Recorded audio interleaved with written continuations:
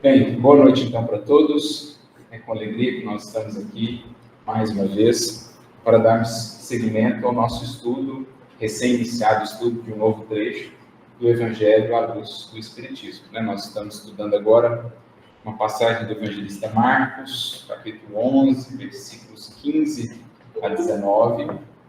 E na semana passada vocês puderam ver que nós mudamos um pouquinho o jeito de compartilhar o material. Agora a gente não está mais transmitindo como fazíamos antes, no Facebook e no YouTube. Agora a gente está colocando só no canal do YouTube, divulgando o link lá no canal do Facebook, na página do Facebook, até para que a gente possa concentrar mais, fazer convergir de todas as participações, comentários e tudo mais. E nós vamos então avançar aqui. O estudo da última semana, inclusive, foi um pouco mais curto. A gente começou um pouquinho mais tarde aqui por conta de algumas outras demandas. E foi um estudo de caráter mais introdutório. Nós trabalhamos muito um aspecto histórico, contextual, em torno do templo. A gente até trouxe o que geralmente a gente não costuma trazer aqui para o estudo, embora a gente consulte antes, em outros momentos. A gente trouxe até alguns comentários bíblicos para a gente poder ler. Fizemos aqui a leitura de alguns desses comentários, comentário Esperança, o comentário do Hendrickson.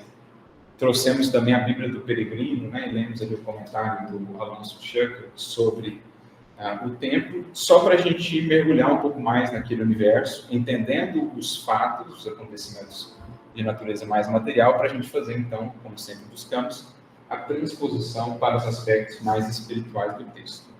Só para a gente refrescar a memória, eu vou ler novamente o versículo.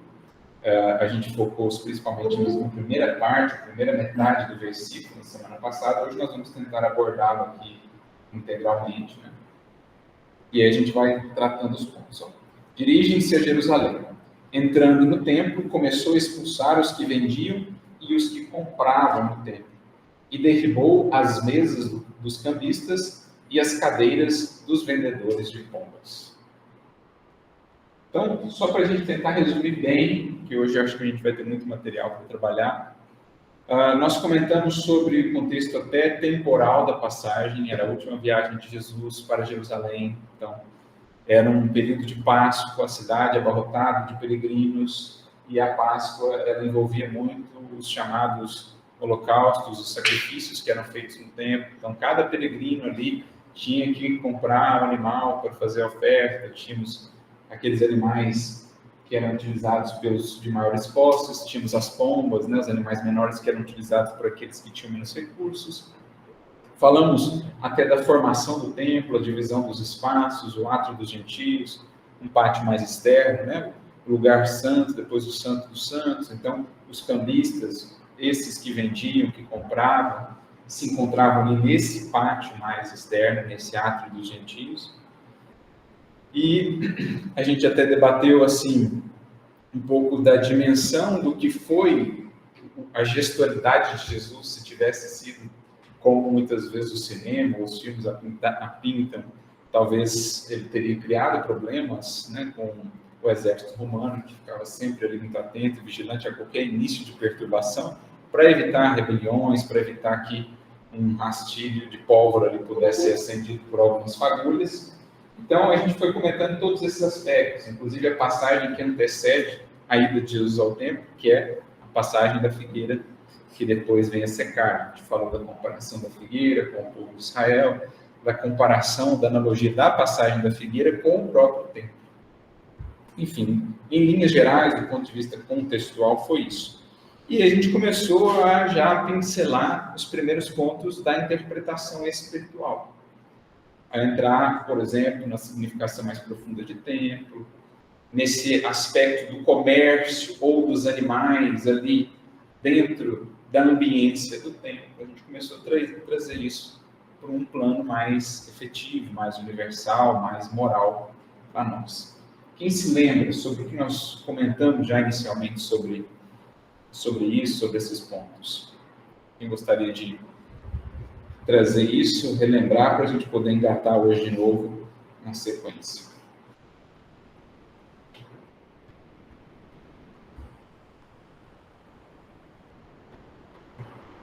A questão da encenação, E que era comum o profeta mostrar uma relação que tinha que ser mostrado ensinando, e não propriamente executando aquilo, né? A gente falou então que tanto esta passagem como a anterior, a da figueira que foi seca, né, que secou, elas se enquadram dentro daquilo que os estudiosos vão definir como sendo uma ação simbólica, né, ou uma encenação simbólica, que é uma espécie de parábola encenada, em que a transmissão do ensinamento não se dá só pelas vias das palavras, mas principalmente pela própria encenação em si. A gente até lembrou um caso que está presente no Novo Testamento, no caso do profeta Agabo, registrado lá em Atos dos Apóstolos, envolvendo Paulo. Quando Paulo está voltando para Jerusalém, ainda em Cesareia, se não me falha a memória, ou em Jope, ali na região litorânea, o Ágabo, com outros cristãos, descem até eles, e o Ágabo, então, toma o cinto de Paulo, se amarra, se prende, como a dizer, um processo de predição, de previsão, o que aconteceria com o dono do cinto. O fato, ele deveria ser preso. Jesus se serve disso, como a gente listou nessas passagens, e era algo muito comum nos profetas, né, do Antigo Testamento. Então, o fato dele ir lá buscar aquele fruto num tempo que não seria de fruto, aquilo é uma mensagem que ele está transmitindo, resgatando certas falas dos profetas que diziam que o Messias então viria analisar, digamos, a produção. Depois de tanto tempo de investimento, de adubação, de sol, de água, de regar, de cuidar daquela árvore, era de se esperar que os frutos, mais do que simplesmente as folhas, já estivessem surgindo. No entanto, o que ele encontra? Tanto na figueira ele não encontra ali os frutos, só a folhagem, e no templo ele encontra uma fé muito atrelada ao comercialismo inferior, ao mercantilismo, ao interesse pessoal, aos interesses mesquinhos, a aspectos exteriores, mais do que propriamente a transcendência, a busca do divino, a renovação interna. Foi isso que a gente tomou também para já fazer a ponte desse templo, entendido agora como sendo cada um de nós, ou entendendo esse templo também como a própria doutrina, a doutrina do Cristo, hoje a doutrina espírita. O que a gente está trazendo para dentro desse templo pelo qual nos cabe zelar com todo carinho, manter a pureza, o comprometimento. Muitas vezes a gente traz para dentro desse templo, seja nós, seja a doutrina a que nos afeiçoamos, a gente traz ali as expressões de animalidade, a gente traz esse comércio no nosso trato com Deus e com as coisas divinas. Então é algo que ainda perpassa muito a natureza humana. E o Cristo entrando ali com os apóstolos significa justamente o trabalho do Evangelho e do Espiritismo de adentrando a criatura e renovando, expulsando dali de dentro essas posturas que ainda representam isso. Essa contaminação do que é divino, do que é sagrado. Por isso a passagem também chama de purificação do templo. Remover aquilo que está contaminando a nossa relação de religiosidade. Até interessante isso, a gente até comentou um pouquinho daquela fala profética de Jesus, dos 3 dias, que ele ergueria um novo templo. A gente falou lá do simbolismo, né, do Apocalipse, daqueles períodos de evolução. Quando Jesus vai trazer o sermão profético, uma das coisas que ele menciona lá é uma fala de Jeremias, se eu não estou enganado. Posso estar equivocado quanto ao profeta. Mas ele dizia assim: quando a abominação da desolação estiver no templo, então acontecerão essas coisas. Vou até ler aqui, que é um aspecto interessante. Legal. Deixa eu ver se eu acho aqui exatamente onde está. Aqui o Haroldo ele traduz um pouco diferente, né? Mateus 24:15. Quando virdes a abominação devastadora, que foi falada através do profeta Daniel, que é Daniel, não Jeremias, estabelecida no lugar santo, quem estiver lendo, compreenda. O senhor pega isso aqui, né? Meu Deus do céu, o que Jesus está falando, gente? O que Jesus está falando? Porque ele coloca isso como um dos sinais para reconhecermos os momentos de grande renovação da humanidade. Claro que o primeiro grande momento é ele, é a vinda dele. Quando ele foi ao templo, ele viu lá a abominação da desolação, essa abominação devastadora. Mas também em nossos tempos. O que é essa abominação devastadora? O que é isso que está contaminando o templo? Se é que mudou muito desde aqueles tempos até hoje. Não tem como não pensar realmente se Deus, se Jesus mostrou que o povo foi escolhido para alguma coisa, e agora está vendo esse tempo de aflição, não tem como não pensar que nós, também, o Brasil, é o coração do mundo, a pátria do Evangelho, do Espiritismo, e o que está acontecendo? O que nós vamos fazer com o que a gente tem em nós? Será que nós estamos entendendo? Será que nós estamos agindo da maneira que é esperada? E pensando no sentido até mais abrangente, a humanidade como um todo. Como a humanidade lida com o divino? Tiradas as louváveis exceções daqueles que já estão numa relação com o divino, que não envolve esse mercantilismo. Não estamos falando só de mercantilismo de dinheiro, estamos falando de interesses mesquinhos e pessoais. Que não envolve essa animalidade ali, por exemplo. Quanto sobra se a gente tirar todos os que ainda estão nesse modelo de relação? Então, essa abominação que invadiu o templo, sobre a qual Jesus já alertou quando esteve entre nós, e que ele fala que seria ainda mais marcante nos tempos de grande renovação, é o que nós vemos da religiosidade humana.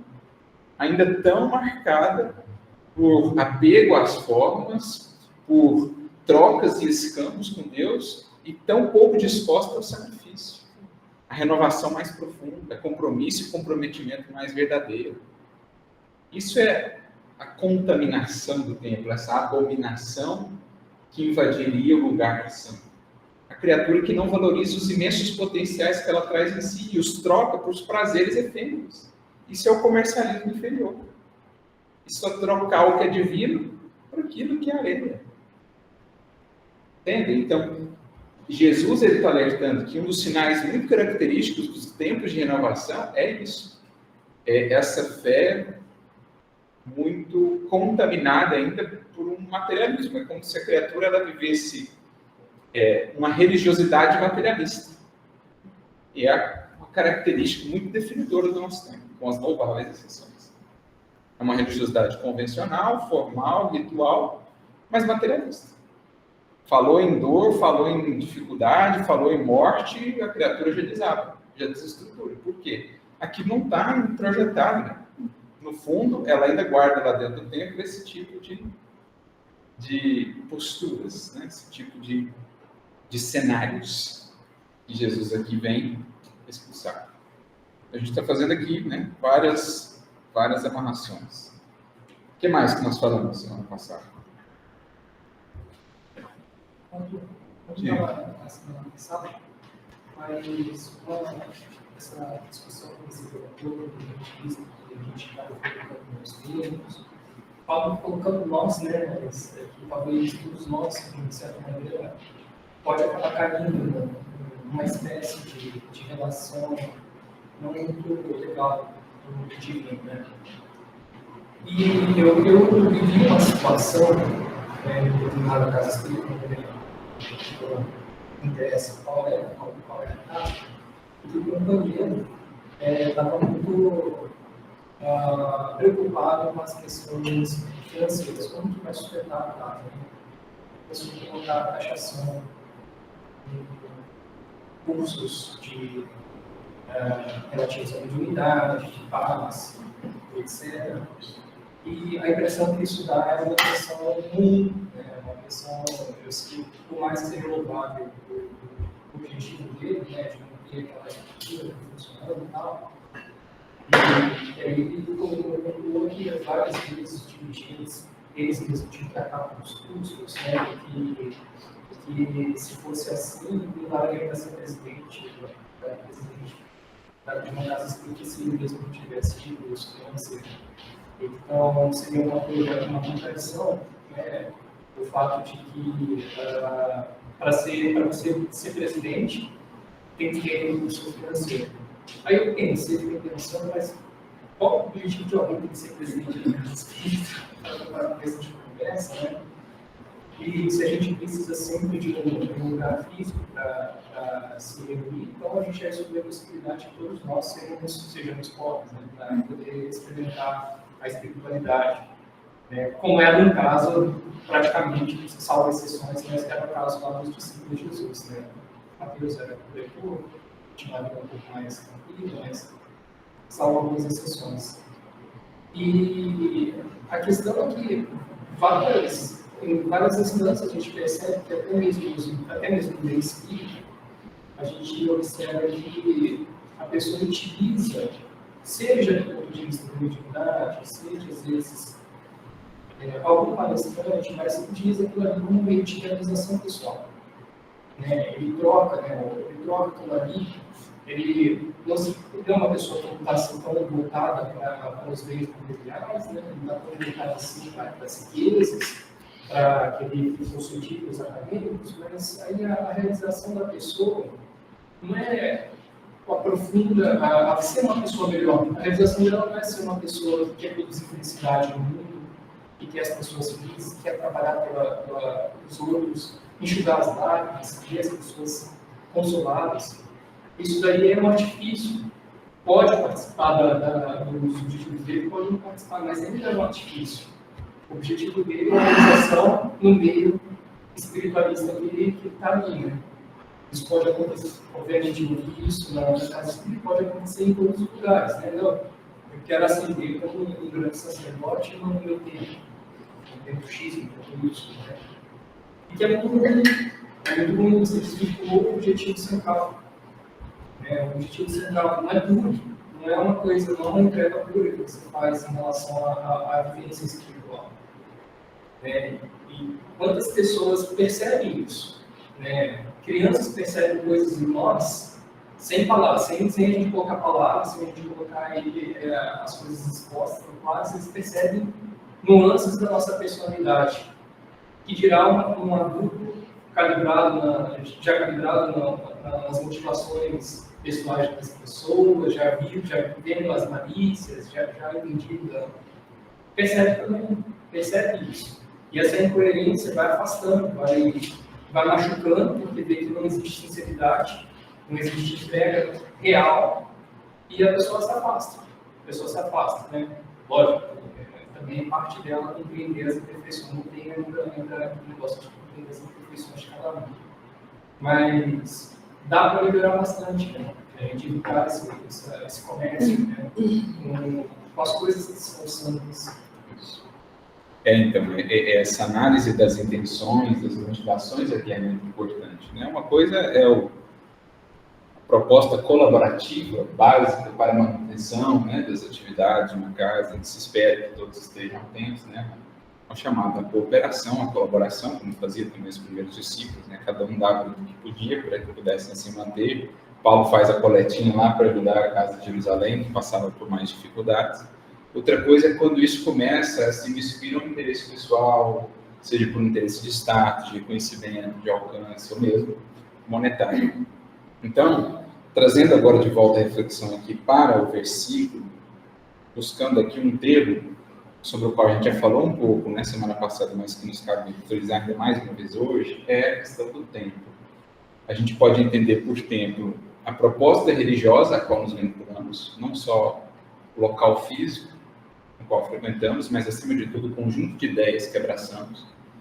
Então, é nosso dever, e o Cristo vai nos orientar quanto a isso, é nosso dever zelar pela manutenção da pureza desses ideais, para não introjetar ali elementos estranhos, elementos pessoais, como nós acabamos fazendo na história do cristianismo. Então, há um dever de purificação, de manutenção de pureza da doutrina a qual abraçamos, da mensagem a qual nos filiamos. Esse é um tempo que precisa ser purificado.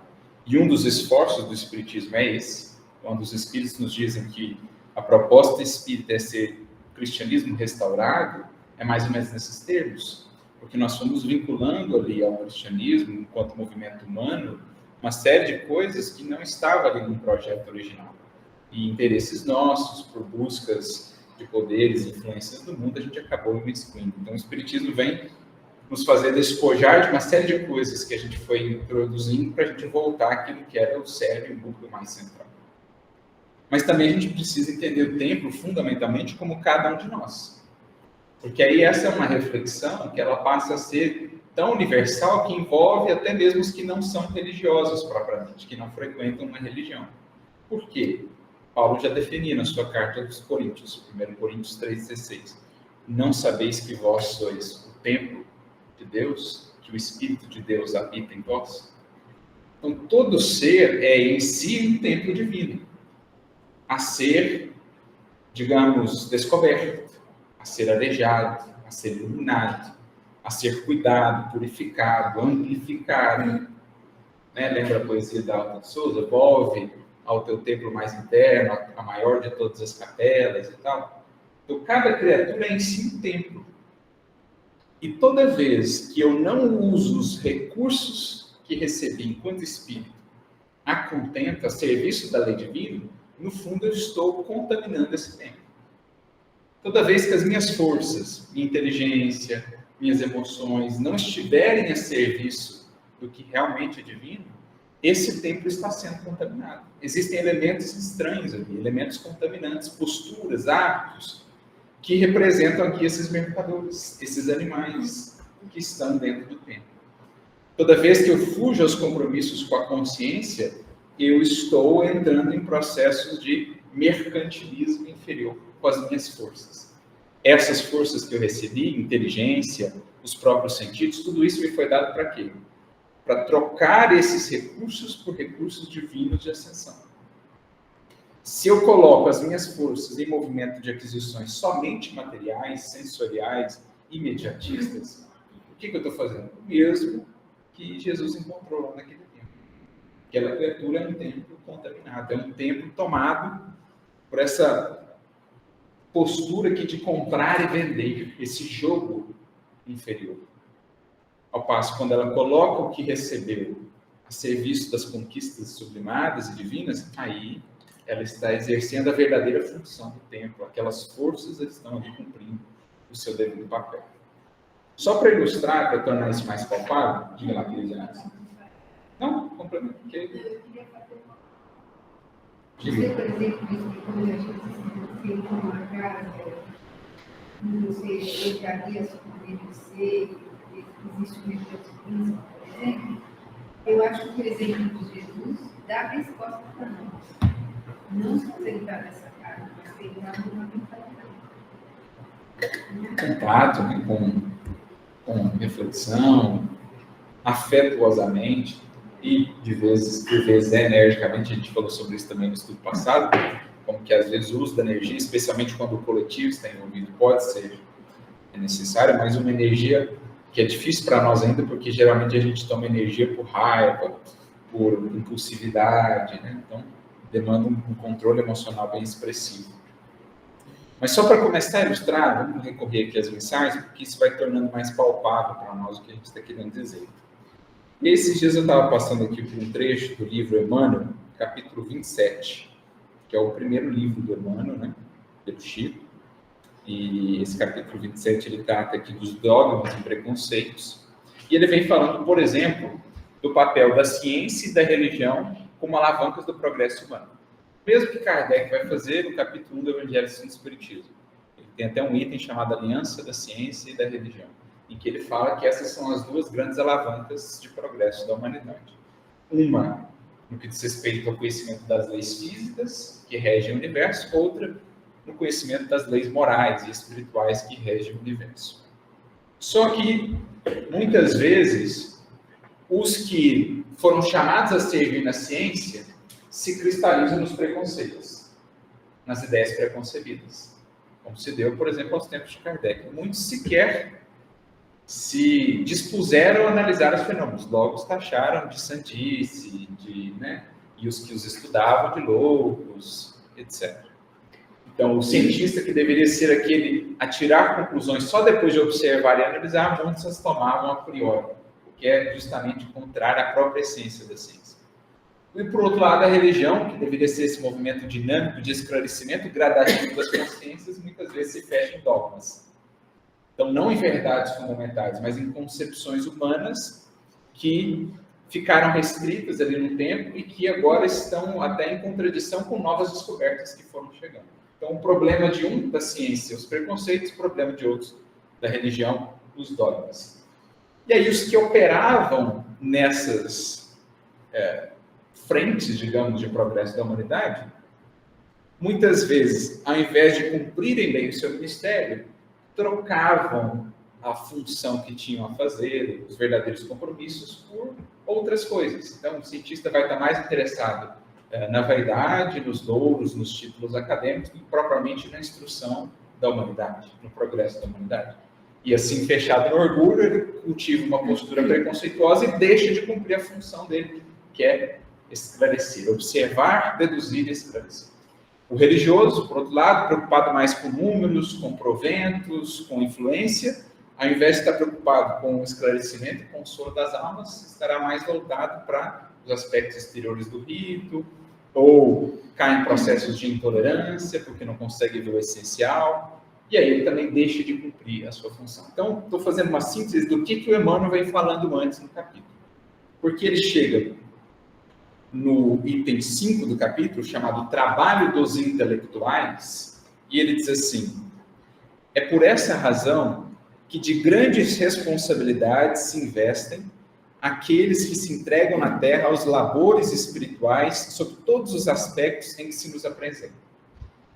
Sobre todos os aspectos. Então, o cientista, lá na sua academia, por mais materialista que ele seja, ele está exercendo um labor intelectual, espiritual também.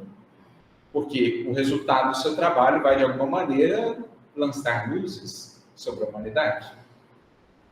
E aí, Emmanuel está fazendo, então, o nível de responsabilidade desses que moldam opiniões, que influenciam as massas, que apresentam novos horizontes para a humanidade, ou que convidam a humanidade a ficar presa a certos horizontes pretéritos. E aí ele diz: grandes serviços constam de suas incumbências, e elevada conta lhe será solicitada dos seus afazeres sobre a face do planeta. Ó Jesus buscando a figueira. Vamos ver os frutos. Tem só folhas ou teve frutos mesmo? Dolorosas decepções os aguardam na existência de além-túmulo, quando menosprezam as suas possibilidades para o bem comum. Então, pensa na existência de cada um de nós como sendo um templo, que estará cumprindo a sua função quando a nossa existência estiver a serviço do bem comum. Se assim não for, esse templo, grandes as chances, estará contaminado com esse comércio inferior da matéria. Por isso, Emmanuel acrescenta, fazendo das suas faculdades intelectuais objeto de mercantilismo, em troca de prebendas, as quais, augurando-lhes um porvir de repouso egoístico na vida transitória, os fazem estacionários e nocivos às coletividades, o que equivale a existências de provas amargas entre prolongadas obliterações dos seus poderes de expressão. Vamos resumir. O que Emmanuel está dizendo aqui, gente? A criatura volta para a matéria. Recebe do Criador a oportunidade de estudar um corpo que lhe permita manifestar a inteligência. Recebe todos esses recursos de saúde, tempo, enfim. E aí, ao invés de colocar tudo isso que é sagrado e que foi lhe ofertado a serviço da coletividade, ele se apega a uma ideia pessoal e começa a ser, por exemplo, um arauto do negativismo, um arauto da violência, um arauto da intolerância, um arauto do preconceito, um arauto do materialismo. O que ele está fazendo? Ele está mercantilizando o que é sagrado a preço do que não vale nada. A preço do que é pó. Ele está trocando possibilidades sagradas da sua alma por um título na parede, por mais recursos na conta, por mais aplausos das pessoas. Percebe? Como que é universal o conceito? Aqui ele está falando principalmente dos que trabalham no campo do pensamento, seja da ciência, seja da religião. Mas pensemos agora em cada criatura humana. Quanto ela recebeu de recursos divinos é o sagrado que ela recebeu. Agora, se ela coloca a existência dela a serviço de prazeres insensatos, o que ela está fazendo? Ela está mercadejando o sagrado que recebeu a troco de moedas perecíveis da matéria. Não é o que os indivíduos faziam ali no templo? Quantos dos que estavam vendendo ali realmente estavam preocupados com a iluminação espiritual dos que compravam seus negócios? Poucos, talvez nenhum. Estavam preocupados em transformar o divino daquela vida, a pessoa que está buscando o divino, fazer daquilo um meio de oferir algumas moedas, ou que seja um status, ou que seja uma influência, um poder. Percebe a dimensão da reflexão que está sendo proposta? O que são, o que representa essa postura de vender e comprar no templo, ao invés de colocar tudo que eu recebia a serviço de conquistas mais transcendentes para mim e para outrem? E a criatura que recebeu saúde do corpo e que se entrega à sexualidade desregrada, prejudicando-se, ou a criatura que se entrega ao vício, seja do alcoolismo, ou outro que prejudica o seu corpo, ela está mercadejando no templo. O seu templo. Ela está o colocando a serviço desse mercantilismo inferior da matéria.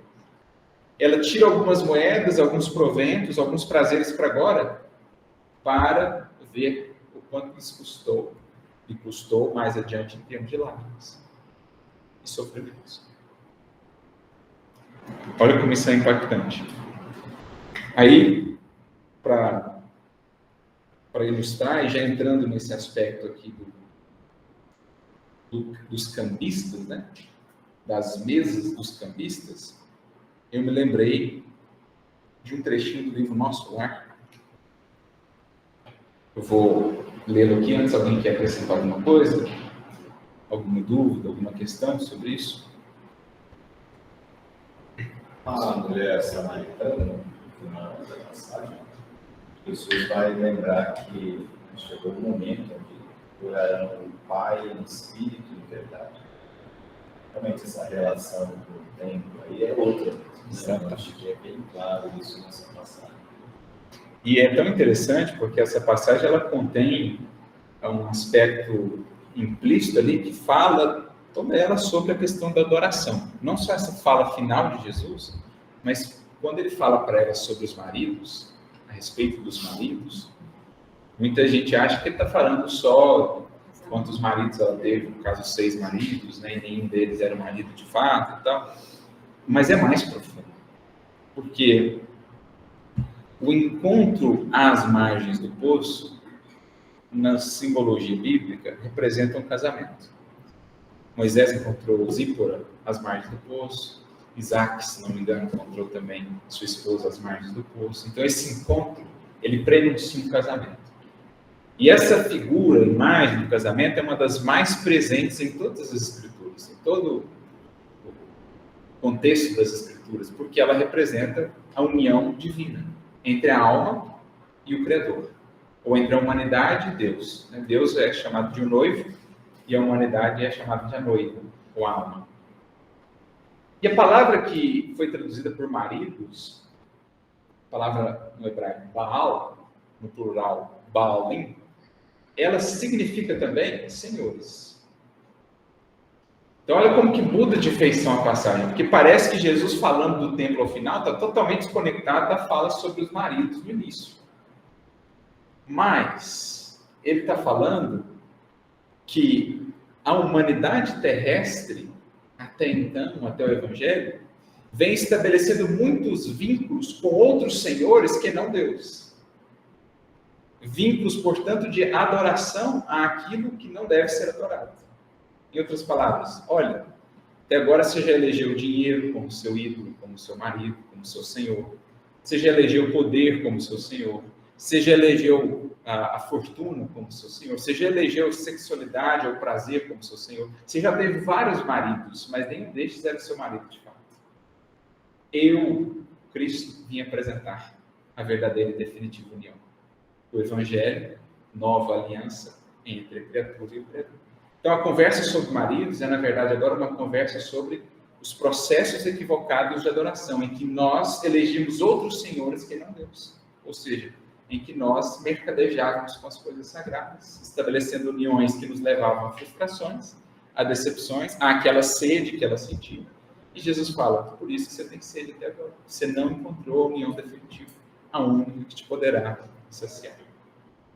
Então, por isso ele termina falando, chegou o tempo da gente entender qual que é essa união. O que realmente é coração. Aí, no livro Nosso Lar, no capítulo 27, o André Luiz vai visitar as câmaras de retificação. Aquele primeiro trabalho que ele vai ter, né, nas câmaras de retificação, depois de todo um processo de preparação e tal. E aí ele visita ali em determinado momento, junto com o Tobias, se não me falha a memória, uma ala que era uma ala masculina, de alguns espíritos ali bem aflitos, né? Lembrando que as câmaras elas ficavam numa zona de transição entre o nosso lar e o umbral, para os espíritos que ainda não conseguiam ficar em nosso lar. E aí ele ouve, né, muitos dos que ali estavam naquelas lamúrias, naqueles gritos, naquelas imprecações, olha, não suporto mais, me tira daqui, socorro. E ele fica impressionado com aquele sofrimento. Aí o Tobias então esclarece, falando, olha, a gente precisa entender que aqui nós não vamos observar somente a dor e a desolação. Vamos ver que esses doentes, pelo menos aqui, já estão recebendo o primeiro auxílio. E que essa condição deles foi construída por eles próprios. Né? Não dá simplesmente para isentá-los de escolhas que foram efetuadas preteritamente. E ele diz, a vida do homem estará centralizada onde centraliza ele o próprio coração. Depois de uma pausa em que parecia surda a tantos clamores, o Tobias acentuou, são contrabandistas da vida eterna. São contrabandistas na vida eterna. André, como assim? Acreditavam que as mercadorias propriamente terrestres teriam o mesmo valor nos planos do espírito. Supunham que o prazer criminoso, o poder do dinheiro, a revolta contra a lei e a imposição dos caprichos atravessariam as fronteiras do túmulo e vigorariam aqui também, oferecendo-lhes ensejos a disparates novos. Agora vem. Foram negociantes imprevidentes. Quando a gente começa a ver aqui, derribar as mesas dos cambistas. O que é um cambista? Quem já foi no aeroporto? Troca uma moeda, né, por outra moeda.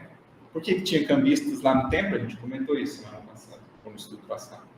Os casos gentios, né? Todo mundo. Porque vinham judeus de todas as partes. Eles precisavam ali trocar a moeda que utilizavam lá onde moravam para poderem fazer a aquisição no templo, ou mesmo para poderem doar no gasofilácio do templo.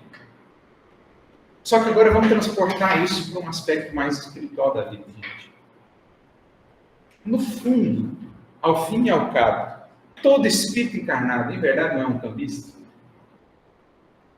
Que tem que fazer o câmbio de valores materiais em valores do espírito? Resumidamente, a vida material não é isso? Você recebe tanto em valores materiais. Seu corpo, dinheiro que você vai ter, profissão que você vai ter, as ocasiões, circunstâncias. Você tem que cambiar esse recurso em recursos divinos, transcendentes. Oi? Jamais fazer o contrário. Jamais fazer o contrário. Mas aqueles cambistas que lá estavam, que representam espiritualmente o que muitas das criaturas da matéria fazem, o que eles faziam? Trocavam algo material por algo divino? Ou, na verdade, vendiam ilusões? Né? Ajudavam outros a se manterem em processo de ilusão e buscavam, na verdade, investir, aproveitar o que é sagrado para aumentar, fazer o câmbio inverso, né? Aproveitar o que é sagrado para aumentar os recursos materiais. Então, olha o que o Tobias está falando sobre isso. Muitas das criaturas da Terra são cambistas imprevidentes, que fazem o câmbio invertido. Vem para a matéria, às vezes recebe recurso espiritual, porque participou de uma religião, ou conheceu a mensagem de Jesus, o mesmo espiritismo, mas ao invés de trocar isso por mais humildade, por mais amor, ele está vivendo o mesmo esquema de trocas interessadas nas soluções imediatistas da Terra. Acreditando que na alfândega do além, ele vai passar com as moedas que ele adquiriu no seu câmbio equivocado.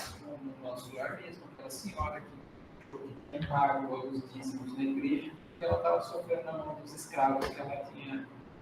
Exatamente. E assim outros tantos casos que nós vamos encontrar na obra do André Luiz. Espíritos que não entenderam o verdadeiro câmbio da vida. Entenda o que Jesus quer dizer ou simbolizar com derrubar as mesas dos cambistas, porque a mesa é onde o cambista vai operar as suas trocas. Então, se eu estou utilizando a instrumentalidade da vida para essa troca equivocada, o evangelho vai entrar e vai falar assim, derruba isso. Troca essa lógica sua de vida. Diga, filho. Está me vindo assim muito na cabeça um movimento que é muito comum entre a gente que está aqui encarnado, entre o perfeito, nos momentos das nossas orações. Elas envolvem muito assim, se você me der tal coisa, Senhor, se você me ajudar a conquistar tal coisa, e essa tal coisa geralmente de ordem material, aí eu vou ser bom, aí eu não sei o quê, uma promessa, né? Que nem sempre, inclusive, cumpre, né?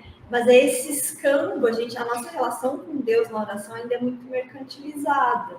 E tem justamente essa coisa, eu quero algo material, e aí eu prometo uma melhoria ali, né? Não, e isso assim, vou lembrar um exemplo aqui, né? Às vezes de quem já está até mais envolvido na tarefa mesmo, que ainda escapa para isso.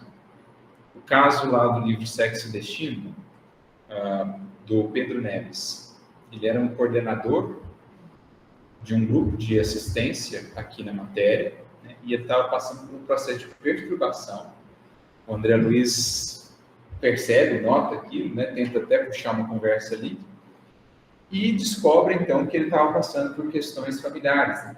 A filha dele, que ainda estava encarnada, estava sendo traída pelo gêmeo, então ele não estava sabendo lidar muito com isso. Mas quando a gente vai analisar a raiz das questões, quantas vezes, por detrás dessa perturbação, não tem algo do tipo assim, poxa, estou trabalhando tanto aqui, tanto assim, e ainda vou ser submetido a experiências dessa natureza?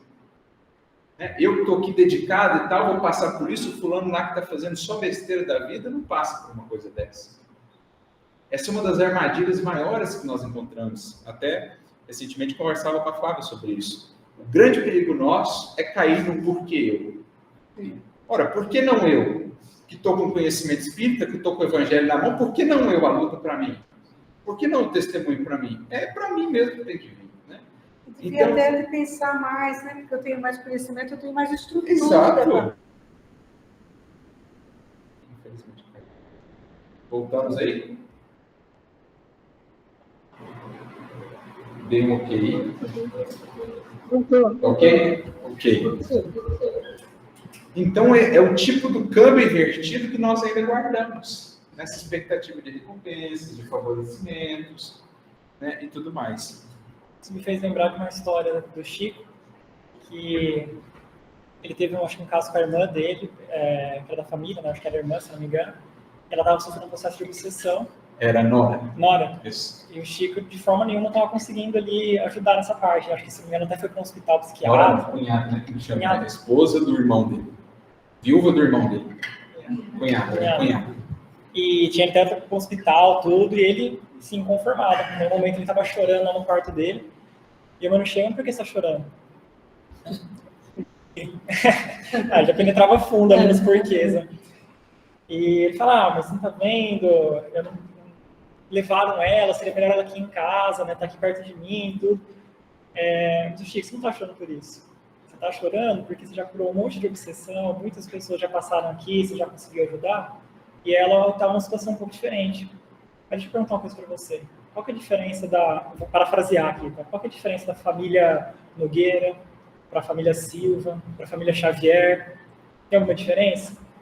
Então, assim, faz a sua parte, ajuda, não fica imaginando que é por você ser quem você é. Sim. Você vai ter o privilégio ali de sempre vai ter méritos, né? Na sua família ali tá tudo certinho. Da blindada, né? Da blindada. Como muitas vezes se pinta, né, esse amparo divino como uma blindagem, e quando na verdade acaba sendo muitas vezes o oposto. Aquele que aprofunda-se no conhecimento e na fé torna-se digno de lutas maiores, de testemunhos maiores. Então é o que o Emmanuel falou, Chico.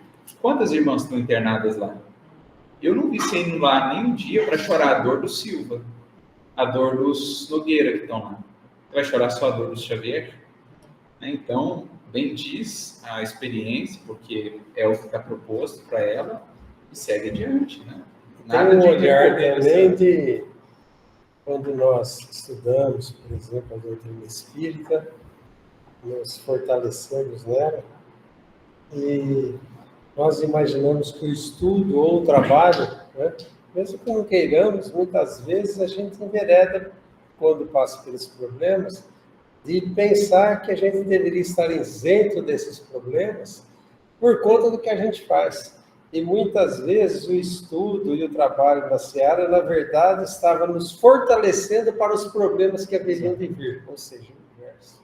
A gente já comentou aqui várias vezes, aos que entram no NEP, né, e já várias vezes a gente vivenciou isso, teve experiência disso, está preparado para a luta, porque é isso, o coração que cria mais intimidade, proximidade com Jesus, ele é considerado pelas forças do alto digno de experiências mais profundas e mais transformadoras.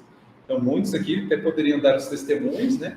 Mas a gente já acompanhou vários corações que, começando o estudo, passado o tempo, passado, né, um período, vieram provas mais desafiadoras. E não só aqui, claro, né? Mas conhecendo o Espiritismo, por exemplo, entendendo melhor a dinâmica da vida, daqui a pouco são visitados por experiências dificílimas. Aliás, muitas vezes, eu e a Bruna, por conta de problemas familiares, doenças, desencarnes, nós olhamos para o outro e nos perguntamos, como é que nós estaríamos se não tivéssemos conhecimento da doutrina espírita? Provavelmente estaríamos em parafuso. Exatamente. Né? O sofrimento vem do mesmo jeito, as lágrimas são derramadas, mas aquela convicção interna que vai ficar tudo bem, senão agora, um dia, né, a médio prazo, a longo prazo, todo mundo vai ficar bem. Nós que aqui estamos, por enquanto, e aqueles que voltaram, às vezes de formas até trágicas, digamos assim, e foi o alento da doutrina espírita que nos fortaleceu, que nos deu estrutura para passar com alguma dignidade, um equilíbrio, apesar do choro, apesar das lágrimas. Né? O amparo é muito grande, né? A gente sente isso muito. Entendimento. E esse é o câmbio divino, que é quando, chamado a trocar os valores espirituais pelas antigas moedas do mundo às quais nos vendíamos antes, a gente escolhe pagar o preço mais elevado dos créditos espirituais, mas mantermos fiéis a eles. Né? Querem ver um exemplo que passou a ser muito simbólico e representativo para a história do cristianismo, né? Do que é esse câmbio equivocado? Judas Iscariotes. E passou a ser um símbolo desse câmbio equivocado. Ele que hoje é um espírito redimido, mas que ali, naquele gesto de trocar Cristo momentaneamente por 30 moedas, gravou uma lição imorredora para a humanidade. Quantas vezes, no momento do testemunho, somos chamados a pagar o preço de estar com Cristo, fazendo o devido câmbio divino, a gente ainda faz a troca pelas 30 moedas nas fugas aos compromissos, no desleixo, né, na negação, na indiferença, a gente está trocando Cristo pelas 30 moedas do mundo, que representa o quê? O prazer, a comodidade. Não quero enfrentar aquela convivência porque aquilo prejudica, me incomoda, me tira a minha comodidade. Você está trocando a oportunidade de cambiar valores divinos, você está trocando por 30 moedas. Você vai ter comodidade agora, para depois lamentar não ter aproveitado a oportunidade amanhã. Aliás, numa entrevista, se eu bem me lembro, vagamente no plano espiritual, ele fez uma colocação que ele era, até hoje, condenado, criticado por ter vendido Cristo, mas o Cristo é vendido todos os dias por todos nós, ou muitos de nós, né? Pela humanidade, enfim. Então, é interessante a gente refletir nisso, né? E sempre que eu vejo, bom, já não é tão comum, mas antigamente aquele de fazer um boneco, né? Amarrar no poste, e bater, paulado e tacar fogo. Eu me lembro dessa cena e falo, meu Deus do céu, o que nós estamos, né? Como é que o nosso raciocínio é tão limitado ainda que nós vemos algo que aconteceu 2000 anos atrás, sem essa consciência do que é esse espírito hoje, de como nós estamos fazendo exatamente aquilo que nós criticamos ou condenamos naqueles que nos antecederam. Essa entrevista que está no Crônicas de Aventura, no capítulo 5, depois quem quiser ver, ele vai mencionar isso, né? Tanto do seu processo de resgate, regeneração, como também que é uma prática, na verdade, muito mais comum da humanidade, em que ele acabou sendo esse símbolo, né? Que representa esse câmbio equivocado. E que é aceito pela sociedade, de uma certa forma, né? Ou pela maior parte dela, não é? Achando absolutamente natural. Voltando aqui, então, à mensagem, o Tobias, então, diz, né? Foram negociantes imprevidentes.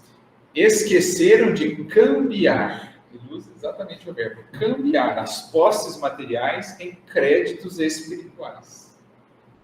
Então, no templo do corpo, ao invés de cambiar posses materiais em créditos espirituais, trocaram créditos espirituais, oportunidades divinas recebidas por posses materiais que tiveram depois de deixar. Então, Judas, em trabalho, em serviço, resgatou esse processo, né? Na condição ali de Joana d'Arc, também foi trocada por algumas moedas, só que dessa vez o câmbio divino, ela ofertantes em holocausto por amor a Jesus. Judas, então, se redime. E a doutrina espírita, graças a Deus, veio renovar essa visão em torno dele, né? E também em torno desse câmbio mais adequado que precisamos fazer. Aliás, até uma coisa interessante, eu fiquei até impressionado, uma vez em Franca, eu fui fazer uma palestra num teatro que existe lá, fundado por um espírita, chamado Teatro Judas Iscariotes. E isso está nos idos do início do século. Então, imagina, né, a coragem desse irmão de colocar o nome do teatro Judas Iscariotes, já sendo espírita, né, que naqueles tempos era mais desafiador, e ainda põe o nome de Judas Iscariotes. Né, esse aí está comprometido mesmo. Já tem um olhar que a maciça maioria não entenderia jamais naquele momento. Então, muito interessante, né, essa coragem. Então, esqueceram de cambiar as posses materiais em créditos espirituais. Não aprenderam as mais simples operações de câmbio no mundo. Então, Jesus vem derrubar as mesas dos cambistas. Tudo em nós, que é câmbio equivocado, Jesus como? O Evangelho, né? O Evangelho que entra no templo, que entra coração adentro, entendimento adentro, fala assim, meu filho, derruba essa mesa, larga a mão disso. Deixa essa ilusão para lá, vamos inverter a lógica. Deixa de fugir os compromissos trocando por 30 moedas de conforto, de prazer e comodidade agora. Paga o preço do Cristo para colher depois em glórias, em bênçãos, que não tem comparação. Né? Isso é derrubar as mesas dos cambistas. É remover essa maneira, esse modus operandi em que nós vemos, em que nós temos, né, abordado a vida. Quando iam a Londres, trocavam contos de réis por libras esterlinas. Entretanto, nem com a certeza matemática da morte carnal se animaram a adquirir os valores da espiritualidade. Agora, o que fazer? Temos os milionários das sensações físicas transformados em mendigos da alma. Olha que frase maravilhosa. Milionários das sensações transformados em mendigos da alma. A gente admira esses milionários. São os mais cultuados. São os mais exaltados, muitas vezes, no mundo. Aí que está a lógica invertida. Tem uma mensagem do espírito Adolfo, bispo de Argel, acho que no capítulo 7 do Evangelho segundo o Espiritismo, que ele diz assim, por que vocês reclamam da taça estar entornando, se vocês mesmos é que construíram e cultivaram esse modo de viver? E ele diz assim, até quando vocês darão mais valor ao que brilha aos olhos do que ao que toca o coração? É por conta disso que o mundo ainda opera dentro desses mecanismos. Porque quem é exaltado no mundo? Os milionários das sensações ou os mendigos das sensações agora, para serem depois os milionários do espírito? Quem que recebe os aplausos? Quem são geralmente os ídolos, as referências? Os milionários das sensações serão amanhã mendigos da alma. Ao passo que os mendigos agora de sensações, futuros milionários da alma, muitas vezes são desprezados. Né? Às vezes a gente fica vendo esses portais de notícia, né? Que a gente entra ali para se informar de uma outra coisa, para saber o que está acontecendo no mundo. Você vê umas notícias e você fala, não tem condições. Fulano de tal usou vestido de tal valor em tal festa. Fulano de tal foi visto caminhando com tal em tal lugar. Meu Deus, quem que consome isso? Se está aqui é porque tem muita gente que consome. Então, qual é essa lógica de que isso que é exaltado? Agora o fulano lá que achou uma bolsa de tanto, mal tem uma notinha lá e devolveu para a pessoa, mal tem uma notinha. Sabe, esse tipo de mesa, que ali o portal é uma mesa onde se mostra os valores em voga no mundo. Você vê o que o mundo valoriza e cultua ali. E aí o pior não é só, por exemplo, aquele que está corrompendo o seu próprio tempo está se comprometendo. E está vendendo ilusão para o outro. Essa que é a questão. Induzindo. Está vendendo ilusão para o outro. Dupla responsabilidade. Por isso a energia de Jesus. Agora, você imagina os que, no seu tempo, já receberam tanta luz, como nós, no Espiritismo, como aqueles que conhecem a mensagem de Jesus, e ainda assim se mantêm nesse campo equivocado. Porque uma coisa é o materialista, que mal ouviu falar, já ouviu falar, mas nunca se debruçou sobre aquilo. Outra coisa é quem ouve falar do Cristo, das suas lições, semanalmente, né, diariamente, e ainda permanece nesse campo equivocado. Né? Então, olha como que, de um acontecimento circunstancial ali, a lição ganha uma conotação absolutamente pertinente e atual para todos nós. E é um falso profeta. Se torna um falso profeta. Se torna um falso profeta. Porque não entendeu a lógica da vida, o câmbio verdadeiro da vida. A pergunta que nós precisamos fazer na vida. Mais uma mensagem para ilustrar isso. Ó, Emmanuel, livro Reconforto, capítulo 3, chamada No Câmbio da Vida Eterna. Lembrando que lá o Tobias definiu aquelas criaturas como contrabandistas da vida eterna, né? Então, no câmbio da vida eterna, não te deixes conduzir por simples ilusões. Então, o que está ali vendendo ilusão é responsável? Mas o que está comprando também. No dia de chegar no espiritual e falar assim, o fulano me vendeu isso lá e comprei uma, mas... Se não tiver quem compra, não tem quem vende. Né? Como diz o Evangelho, só lobo cai armadilha para lobo. Se você não é lobo, você não cai armadilha para lobo. É que você achava que você era uma cordeira, mas na verdade você descobriu agora que você era um lobo. Foi a Eva que deu. Foi a Eva que me deu o fruto, né? E a Eva, não foi a serpente que me pediu para comer. Sempre esse processo, né? Então não te deixes conduzir por ilusões. Não venda, mas também não compra. O Emmanuel, em outra mensagem, vai dizer assim: o discípulo de Jesus só se nutrirá de ilusões se quiser. Porque o Evangelho é luz demais, gente, para a gente poder albergar a ilusão na alma. O Evangelho ele é claro, ele é límpido demais para a gente albergar a ilusão na alma. Só se você quiser mesmo. Porque ele é luz que afasta toda sombra.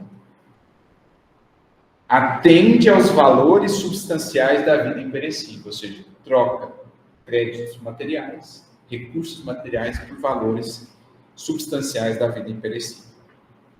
Amanhã, no grande futuro, quando descerrares a própria visão, a verdadeira luz, contemplarás, ombro a ombro, os reais inimigos de tua felicidade. Quais são eles? As horas perdidas na omissão inconsciente ou deliberada do bem. Então, hora, tempo, é crédito recebido aqui. Se eu não os aplico, o que eu estou fazendo? ao invés de estar usando-os para ganhar valores espirituais, eu estou enterrando a moeda. No mínimo, estou ficando parado, né? Estou ficando com a mesma quantidade que eu tinha. Então, horas perdidas na missão inconsciente deliberada do bem é o câmbio também equivocado. As palavras contundentes arrojadas à dor do próximo. Palavra, possibilidade de falar, é crédito que você recebeu. Como é que está o uso das suas palavras? É aquela frasinha que aparece às vezes nas redes sociais e que leva-nos à reflexão. Se você pudesse ingerir as suas próprias palavras, o que aconteceria com você? Seria envenenado ou seria curado? Então, possibilidade de falar é crédito. Em que você está aplicando isso? Está trocando por favores e gratulações do mundo? Vou dar um exemplo. Até uma palestra que eu fiz com o título V de como ouvis. Como falar isso também. O amigo do Emmanuel, o amigo do Publio Lentulus, foi e falou para ele, né? Ó, você está indo para a Palestina? Não deixa de afirmar a sua autoridade lá, hein? Mostra quem manda. Não deixa barato, não, mais ou menos assim. Chegou na Palestina, tem aquele jovem que nos arroubos da juventude taca lá as pedras da carruagem, acerta a Lívia, ele então sai desesperado. Quem foi? Os guardas já tinham prendido o rapaz. A Lívia tenta até interceder, não, muito jovem, não, ela tinha sido ferida. E o Emmanuel, a priori, até pensou, o Emmanuel até pensou em ser um pouco mais compassivo, porque é jovem, né? Mas ele lembrou das palavras do amigo, não deixa barato, não. Mostra quem é você, né? Mostra de quem você é filho, né? Outras coisas assim que a gente ouve, né? Mostra de onde você vem, o estilo que você tem, o cargo que você ocupa. Tantas chibatadas. Não contente, condena ele a galera, que era praticamente condenação de morte. Quanto custou a Publio Lentulus essa condenação? Custou um filho? Cegueira pelo próprio filho? Né? E todos os dramas e dores que ele viria viver à frente naquela encarnação e talvez em outras. Porque as palavras do amigo não foram as melhores emitidas, mas também ele acolheu as ilusões que foram vendidas, e assim surgem os dramas humanos. Os julgamentos apressados ao redor da conduta de teu irmão. O julgamento apressado dele em torno da Lívia, que fez ele ficar 25 anos desprezando aquela companheira que deu tudo por ele, para ele, por conta de um julgamento apressado e orgulhoso de sua parte. Então, quando Emmanuel está escrevendo essas coisas, ele não está falando só dos outros. Quando ele está compartilhando o coração dele. Experiência própria. Você imagina a amargura que ele sentiu no dia que ele descobriu que a esposa era aquela que morreu no circo. E mais, que não tinha nada daquilo que ele imaginava. Imagina o que aquele coração sentiu. Ao ver a grandeza daquela mulher de ficar 25 anos em silêncio, em renúncia, junto àquele orgulhoso. Quebra de expectativa, né? Porque ele queria no dia seguinte conversar com ela e falar que agora entendia e perdoava. Né? Exatamente. Justamente quando ele estava, né, predisposto a... E aí acontece aquilo. Né? O alto falando, agora você vai passar por um... Você escolheu o caminho de mais curva, então agora você vai no caminho de mais curva. Né? As pequeninas deserções de cada dia, quando te ausentas apressado do prazer de servir. As irreflexões faladas ou escritas com que, por vezes, subestimas o valor dos companheiros de caminhada. As exigências descabidas com que, em muitas ocasiões, procuras lisonjear os próprios caprichos com manifesto esquecimento das necessidades alheias.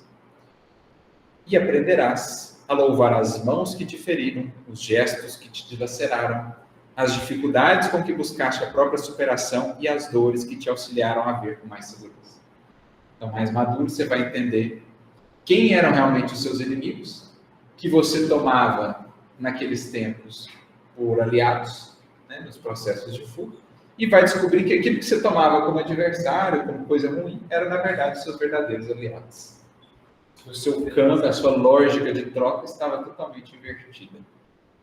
Lembra-te de que o câmbio das situações e valores é diferente na vida verdadeira para a qual te diriges, de momento a momento. Persistamos com os recursos de nossa própria regeneração, aceitando os obstáculos que nos convidam à experiência e agradecendo o concurso daqueles que nos inclinam à renovação necessária. Nossos adversários mais renitentes são os sentimentos e as ideias contrários ao Cristo em nós. Esses são os mercadores a serem expulsos. Os sentimentos e ideias contrárias que nos mantêm nessa lógica de trocas equivocadas, de permuta equivocada na vida, que ocultam sutilmente nos mais recônditos escaninhos de nossa alma, sutilmente nos mais recônditos escaninhos de nossa alma, constrangendo-nos a perder os mais altos prêmios de elevação na oficina terrestre. Então, aquela convivência difícil seria o mais alto prêmio de elevação. Mas o comodismo, o querer mais comodidade, agora me faz trocar aqui por alguns anos de inércia no mundo, achando que aquilo é mais valioso do que o desenvolvimento que aquela experiência difícil me trará. É o compromisso assumido, que me demandaria mais horas, mais suor, mais renúncias, que eu troco por prazeres, por preguiça no lar, achando que aquilo valia mais do que as renúncias e os sacrifícios atrelados ao dever. Sigamos para frente, de coração limpo, ou seja, templo purificado, e consciência reta, com o melhor desempenho de nossos próprios deveres. E dentro dessas normas, toda dificuldade no caminho ser-nos-á valioso ensinamento, e não teremos motivo para temer senão a nós mesmos, porque somente nós mesmos residem a inferioridade e a sombra que nos induzem à tentação. Tem até uma frase da Joana que falou para o Divaldo, né?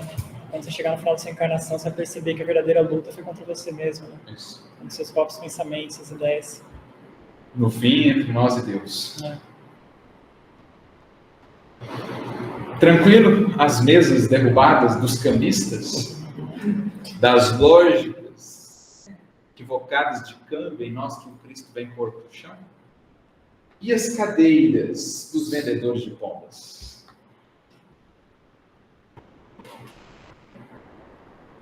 Cadeira lembra o quê? Inerte.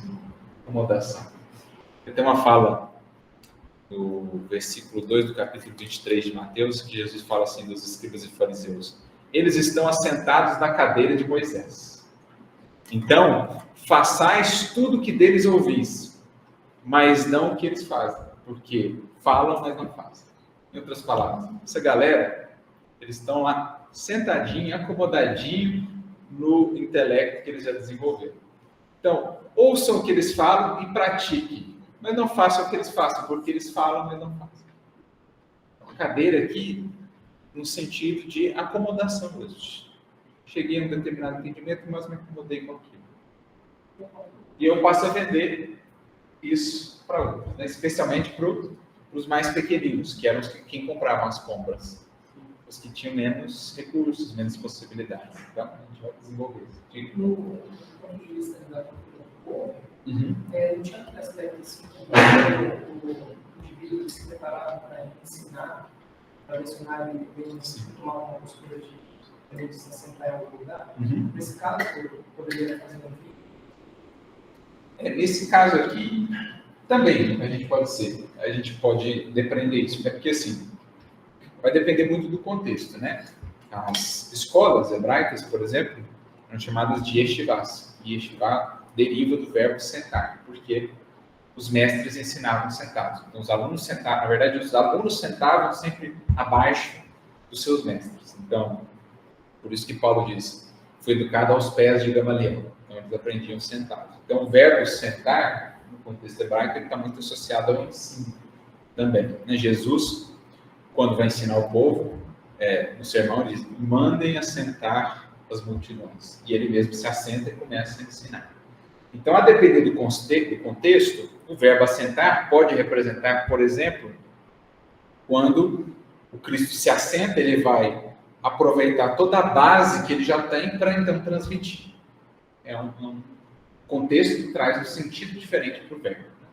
Agora, aqui, como eles estão envolvidos com essa lógica de mercantilismo e tal, então, toda vez que eu uso a minha habilidade de ensinar, os conhecimentos que já tenho, para vender essas ilusões, eu estou mantendo-me nessa estagnação e trazendo outros para uma postura, uma espiritualidade que é também estagnadora, né? Que também é ilusória. Toda vez que eu me coloco nessa posição de vender um entendimento que não é um entendimento que leve de fato ao amadurecimento do ser, ou que crie uma visão assim ilusória do que seja aprender e aprimorar-se, eu estou fazendo aqui como esses que, sentados, vendiam as suas pombas ali aos pequeninos que os buscaram, né? Então, aquele indivíduo que promete que num curso que ele vende de uma semana vai ensinar você a ser paciente, ele está fazendo isso, né? Está vendendo pombas, e tem quem compra e tem ele que vende. Jesus, em adentrando no templo, vem derrubar a cadeira de quem está nesse tipo de postura. Deu para entender? Também faz bastante tempo, né? E da Gênesis, do Espiritismo, o processo de renovação se daria exatamente porque determinadas inteligências que polarizam a atenção, polarizam o modo de ser de muitas pessoas, né, se não se reformassem, acabariam sendo afastadas. E por isso mesmo, aqueles que vão ali que vão comprar os compradores, né, eles vão comprar aquela multidão, eles agora estariam mais sujeitos a influências coletivas, ou seja, outro centro polarizador, que são as ideias do Cristo. Né? E eu acho que aqui também, né, porque claramente existe uma assimetria. Quem está vendendo é só um núcleo de pessoas que já estão credenciadas, né, que se credenciaram para aquilo ali que não é fácil você... não vou fazer um comércio ali, não é todo mundo que... E uma grande maioria ali que vem pelos hábitos, pelos costumes, vai lá e budismo, né? Vai lá e compra. A simetria é clara, então aqui também, né? Sim. Só para contextualizar, o que o Tiago está lembrando, um trecho do livro A Gênesis, em que Kardec, quando fala, por exemplo, da transição planetária, né, principalmente no momento que nós estamos vivendo, e dos processos de exílio, ele diz assim: olha, não deveremos crer, pela condição da Terra, que a imensa maioria será exilada. Na verdade, muitos, uma esmagadora maioria, na verdade, são criaturas, são consciências que vão como que sendo arrastadas por aqueles que geram essas influências perniciosas, mas que, se mudadas as influências, seguiriam por caminhos melhores. Então, seria mais um arquétipo da multidão mesmo, né? Que ainda vai muito influenciar, ainda muito suscetível, influenciável, mas que, por hora, ainda está muito sob a influência desses, que aí sim, o núcleo mais pesado, mais duro ali, de influência perniciosa na Terra, esses sim, que serão realocados para outros órgãos. Ao passo que as multidões, sob influência melhor agora, muitas vezes vão se encaminhando por caminhos melhores. E de fato, é assim que os espíritos de Kardec descrevem o processo. E uma das ilusões vendidas aqui, que a gente associou a essa figura da cadeira, Jesus vem derrubar a cadeira dos que vendiam ali as pombas, é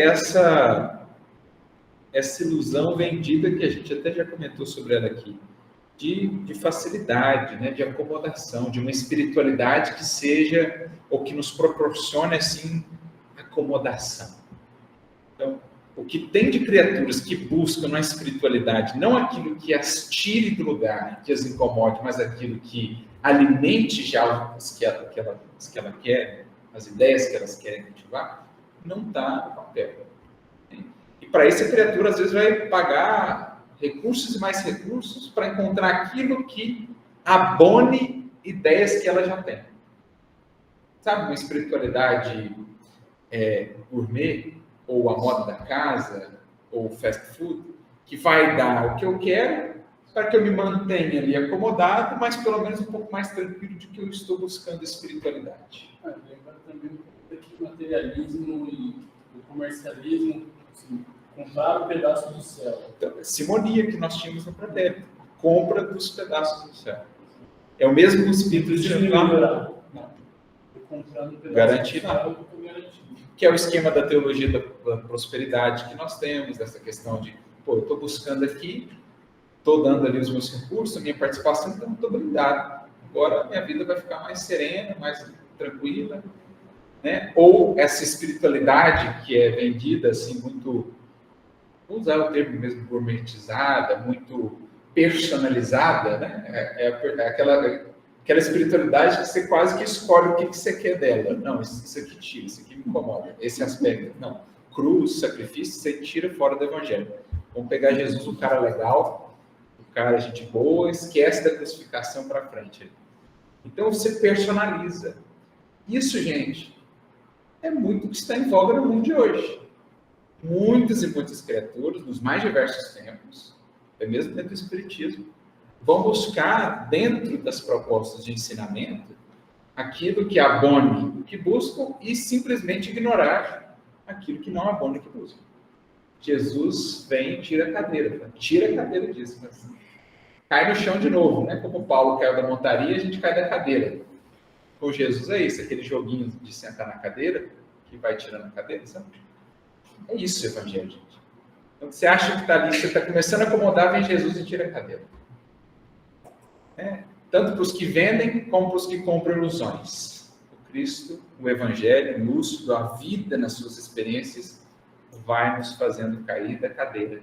Como o filho pródigo um dia caiu em si, como um dia Paulo caiu da montaria, nós vamos caindo da cadeira. Das ilusões, de espiritualidade acomodativa. A gente cai, a gente vai se melhorando. É incrível isso, né? Bate lá, dói, levanta, né? Aí começa a sentar de novo. E a mudança é muito grande, né? Vai acontecer. Ah, não, mas pode deixar que levanta. Isso aí não tem erro. Demorar até pode, agora que vai levantar. Jesus dá as mãos, né, e a gente faz o esforço. Mas dentro disso, eu me lembrei de uma mensagem de Emmanuel, livro Fonte Viva, capítulo 112. Eu acho que é uma das que Emmanuel vai comentar, um dos menores versículos, um dos menores trechinhos que ele vai comentar do Novo Testamento. Fonte Viva 112. Ele vai lá em Atos 22, 10 e pega só essa pergunta de Paulo. Que farei? Que é uma pergunta de Paulo, Atos 22, já é mais para o final do livro de Atos, mas é quando Paulo, num discurso que ele faz, ele está narrando o seu encontro com Jesus. E aí, ele, depois que tem um encontro com Jesus, ele pergunta assim, que farei? É interessante. Paulo, após o encontro com Jesus, já muda, na verdade, isso ele sempre teve, né? Ele só muda a direção. Paulo sempre foi um espírito de muito dinamismo. Então, depois de encontrar Jesus, a pergunta não é, que receberei? A pergunta é, o que eu farei? Então, é foco na ação, e não em... Agora, que eu me converti, Senhor, beleza, quais são agora as minhas regalias, né? Quais são, como é que fala? Os brindes, né? Nessas coisas que nós temos hoje, promoções e tal, na internet. O que eu vou ganhar? Não, o que eu vou fazer? O que eu tenho para fazer? Olha como é que é uma lógica de pergunta totalmente diferente. E aí, ao comentar essa pergunta, Emmanuel já começa assim, ó. Milhares de companheiros aproximam-se do Evangelho para o culto inveterado do comodismo. O comodismo. Então, chega no Evangelho, entra lá no templo e quer a cadeirinha. Cadê minha cadeirinha? O cara está na cadeirinha e vendendo ilusões, eu quero a minha cadeirinha também. Milhares de criaturas aproximam-se do Evangelho nas várias denominações com esse espírito. Estou passando por dificuldades. Estou entrando aqui. Cheguei, me converti, estou frequentando. Cadê a minha tranquilidade de volta? Cadê a vida serena? Ele não está disposto a comprar a serenidade interior ao preço de muitas lutas. Ele quer serenidade exterior. Ele quer que os problemas se resolvam magicamente para ele voltar a ter a cadeirinha. E aí, se ele permanece, se ele prevalece, ele vai descobrindo que Jesus, na verdade, vai tirar a cadeira que ele achava que tinha. Esse é o processo. Então, como dominarei? Interrogam alguns. Como descansarei? Indagam alguns. E os roubos se multiplicam, estranhos, reprováveis, incompreensíveis. Há quem peça reconforto barato na carne, quem reclame afeições indébitas, quem suspire por negócios inconfessáveis e quem exija recursos para dificultar o serviço da paz. Então a criatura se aproxima do Evangelho com uma lógica completamente diferente. Quando o Evangelho vai nos dar recursos internos de sustentação para tirar estacas externas, para que a gente se mantenha mais firme por si, a criatura, pelo contrário, ela busca no Evangelho estacas externas, mantendo-se na fragilidade íntima em que tem se cultivado. Então, o Evangelho lhe dá estacas internas para tirar as externas, para tirar as escoras, para tirar as bengalas, sobre as quais a gente vinha se apoiando há muito tempo e mantendo-nos ali sem firmeza própria. Ao passo que na lógica do mundo eu procuro bengalas externas sem olhar para a minha fragilidade interna. A pergunta do apóstolo Paulo, no justo momento em que se vê agraciado pela presença divina, é padrão para todos os aprendizes e seguidores da boa nova. O grande trabalhador da revelação não pede transferência da terra para o céu e nem descamba para sugestões de favoritismo ao seu círculo pessoal. Então, nada de pedir cadeira. Não rogue isenção de responsabilidade, nem foge ao dever da luta. Que farei, disse a Jesus, compreendendo o impositivo do esforço que lhe cabia. Porque, gente, se eu não dar com as pernas próprias, o que acontece? Se eu viver uma vida inteira sentado, no final da vida eu vou querer andar, o que vai acontecer? Atrofia. Vai atrofiar. Se eu viver uma vida inteira apoiando-me na fé de outro, num conhecimento que foi somente lido e compreendido, mas não testemunhado, não é a mesma coisa? Então, vez por outra, com muita frequência, o alto vai nos pedir a testar a força das próprias pernas. Isso é eu tirar a cadeira aqui, derrubar as cadeiras de quem estava vendendo ali comodidade no templo. O mestre determina que o companheiro se levante para a sementeira de luz e de amor, através do próprio sacrifício. Qual um exemplo do Evangelho disso? No dia que estava sentado. E que Jesus não fez a parte que lhe cabia, no caso do indivíduo. Jesus está na saída de Jericó, passando com a multidão, e ele começa a ouvir os gritos: Senhor, filho de Davi, tem misericórdia de mim. Senhor, filho de Davi, tem misericórdia de mim. E aí os discípulos dizem: Senhor, ele te chama. E Jesus fala o quê? Pode deixar que eu vou até ele? Diga que ele vem até mim. Ele estava lá sentado à margem do caminho, o cego de Jericó. Jesus fala, parece até assim, nossa, mas que falta de consideração, de tato, o cara é cego, pedinte, à margem do caminho, ainda vai falar para ele vir. Sonho, gente.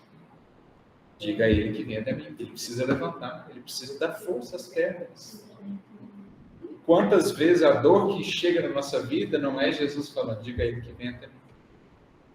A provação, a privação, a dificuldade é Jesus falando, através da vida, vem até mim.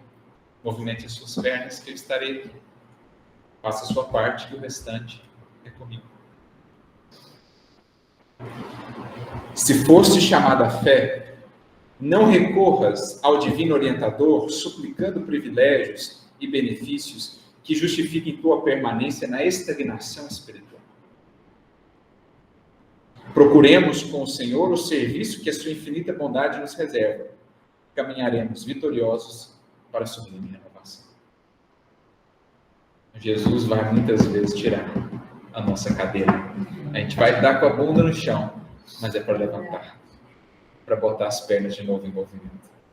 Vai derrubar as mesas que a gente tem mantido ali com tanto zelo, onde temos vendido e comprado ilusões, mas é para que a gente aprenda o que de fato viemos cambiar, permutar aqui na Terra. Isso dentro do tempo, do coração e da consciência. Isso é o que cada espírito deveria aprender em cada tempo de educação espiritual neste mundo. Cada ministro, cada pregador, cada educador espiritual deveria ter essa consciência. Se qualquer violência exterior nesses hábitos, né, que muitas pessoas A lição é de uma profundeza muito mais alta. E a Cristo vai ter uma profundidade imensa, que funciona em todas as etapas, principalmente nos pais. Os pais, do processo educativo, conosco na tarefa de divulgação e vivência do espiritismo, de aproveitamento dos recursos que recebemos da matéria para angariarmos os recursos do espírito. Eis aí as nossas considerações de hoje. Mais algum ponto, alguma dúvida? Acho que a gente conseguiu trabalhar aqui, pelo menos o enfoque principal que a gente queria dar a esse versículo. Pode ser que semana que vem a gente ainda resgate um ou outro aspecto, mas já conectando aí com o próximo versículo.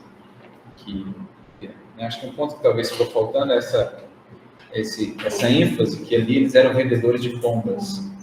E as pombas eram destinadas àqueles que tinham menos recursos. Então, isso me fez lembrar aquela fala de Jesus, que está em Lucas 17:2, quando ele fala assim, né? E aquele que fizer tropeçar um destes pequeninos, melhor fora que amarrasse a mão ao pescoço e fosse lançado no mar. Então, o compromisso que assume aquele que tem, por exemplo, eloquência, intelecto, cabedal, e influencia aqueles que às vezes não terão tanto discernimento, tanto recurso, a imensa responsabilidade que eles adquirem e a vida há de removê-los das poltronas em que se assentaram muitas vezes, né? À custa das ilusões vendidas. você é pedra de tropeço. Isso, pedra de tropeço, de desvio para outros, né? Cegos conduzindo cegos. Então é isso, pessoal. Por hoje ficamos aqui. Agradecendo mais uma vez aí a participação de todos que estiveram conosco. Esperamos que as reflexões sejam úteis e, se o Senhor assim nos permitir, na semana que vem nós estamos de volta, dando continuidade aos nossos estudos. Até lá.